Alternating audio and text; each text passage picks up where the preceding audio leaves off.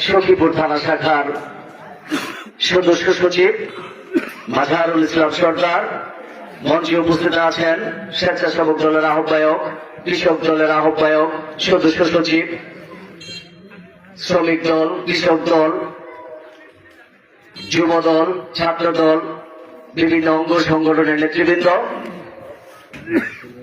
এবং ১ নং ওয়ার্ডের বিএনপি পরিবারের সদস্যবৃন্দ, সবাই আমার সালাম গ্রহণ করুন। আসসালামু আলাইকুম। দলকে সুসংগঠিত করতে হলে, তৃণমূলকে উজ্জীবিত করতে হলে কমিটি গঠনের কোনো বিকল্প নেই। কমিটি গঠন ছাড়া তৃণমূলকে উজ্জীবিত করা যাবে না, সংগঠনকে শক্তিশালী করা যাবে না। তারই আলোকে আজকের এই ওয়ার্ড কমিটি গঠন। ইউনিয়ন নেতৃবৃন্দ এবং থানা নেতৃবৃন্দের কাছে প্রত্যাশা থাকবে, যারা বিগত দিনে দলের সাথে সম্পৃক্ত ছিল, যারা আপনাদের ডাকে সাড়া দিয়েছে বিভিন্ন আন্দোলন সংগ্রামে, যাদের মেধা আছে, যোগ্যতা আছে, দলকে সুসংগঠিত করার জন্য তাদের ত্যাগ আছে, তাদেরকে সংগঠনের দায়িত্ব দেওয়ার জন্য।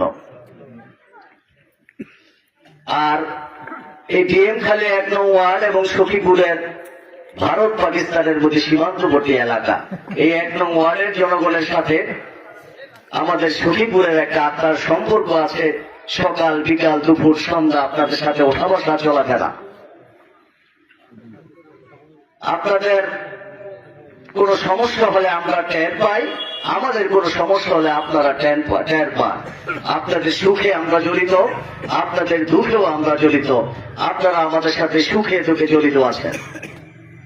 আপনারা কতটুকু অত্যাচারিত হয়েছেন, আমরা কতটুকু অত্যাচারিত হয়েছি, তাই এখানে না বললেও চলে। আপনারা সবাই অবগত আছেন। এই এলাকার আওয়ামী লীগ আপনাদের কতটুকু নির্যাতন করেছে, আমাদেরকে কতটুকু নির্যাতন করেছে।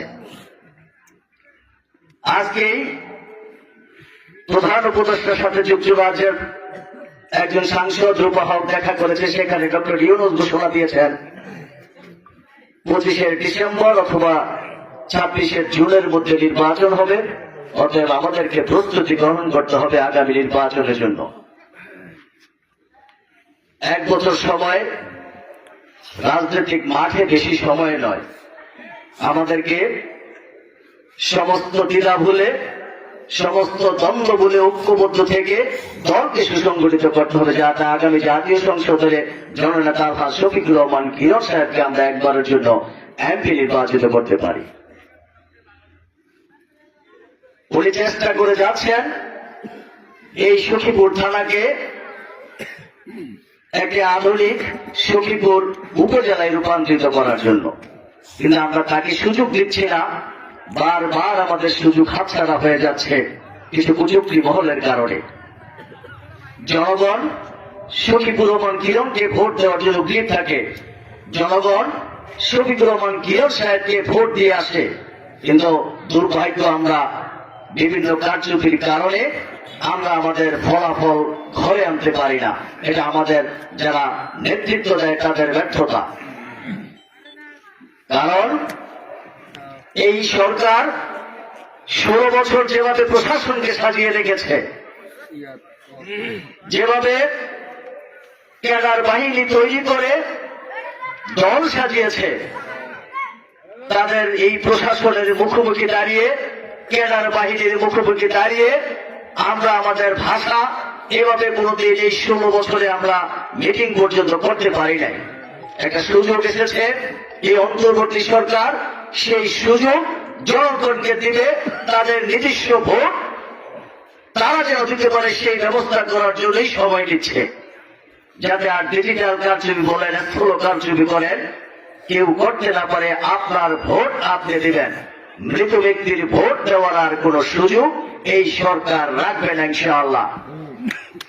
আমরা যদি এই ডিএমখালী ইউনিয়নে 1 নং ওয়ার্ড বিএনপির ঘাঁটি, এই সেন্টারে ঢালিবাড়ি প্রাথমিক বিদ্যালয় সেন্টারে সবসময় বিএনপি সর্বোচ্চ ভোট পেয়ে আসছে। আমরা চাই ভোট আরো বৃদ্ধি করতে। আওয়ামী লীগের নেতৃবৃন্দ যে অত্যাচার করেছে, আমরা আপাতত সেটা করব না। আমরা আমাদের ভালোবাসা দিয়ে, আমরা আমাদের শ্রদ্ধা দিয়ে, আমরা আমাদের সেবা দিয়ে, আমরা আমাদের উন্নয়ন দিয়ে জনগণের মন রক্ষা করবো। মনে জনগণের ভালোবাসা আদায় করে ধানের শীষের প্রতীকে শফিকুর রহমান কিরম সাহেবকে ভোট দিয়ে এমপি নির্বাচিত করব।